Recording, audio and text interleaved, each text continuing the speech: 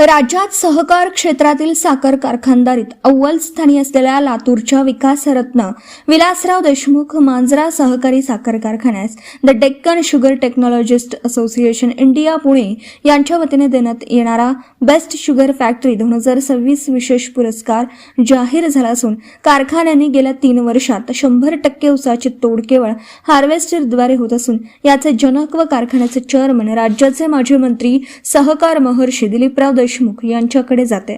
देशभरात केवळ मांजरा साखर कारखाना 100% हार्वेस्टरद्वारे ऊस तोडणारा पहिला कारखाना ठरलेला आहे। हा पुरस्कार मिळाल्याने राज्यभरातून मांजरा साखर कारखान्यावर कौतुकाचा वर्षाव होत आहे। The Deccan sugar technologist association India Pune यांच्या वतीने 71व्या वार्षिक परिषद व साखर एक्स्पो 2026 इंडिया या कार्यक्रमांमध्ये दिनांक 8 ऑगस्ट रोजी हॉटेल JW मेरियट पुणे येथे मान्यवरांच्या हस्ते या पुरस्काराचं शानदार सोहळ्यात वितरण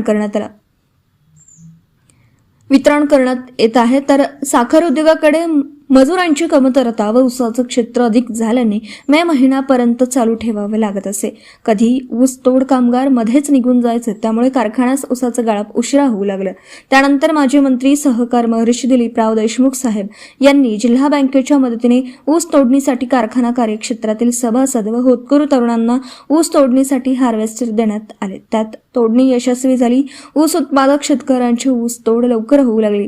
त्यानंतर जिल्हा बँकेकडून बँकेचे चेअरमन धीरज विलासराव देशमुख यांनी शेतकऱ्यांना हार्वेस्टर कर्ज योजना सुरू केली।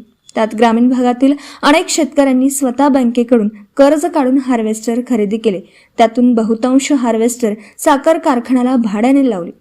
मांजरा साखर कारखान्याची स्वतःची 25 हार्वेस्टर व कारखान्याच्या हमीवर दिलेले 55 हार्वेस्टर असे एकूण 80 हार्वेस्टरद्वारे 100% ऊस तोडणी आत्ताच झालेला गाळप हंगाम 2025-26 मध्ये झाली आहे। त्यामुळे मांजरा साखर हा देशात 100% ऊस तोडणी हार्वेस्टरद्वारे होणारा केवळ राज्यातील नाही तर देशातील पहिला साखर कारखाना ठरलेला आहे। Subscribe now and press the bell icon. Never miss an update.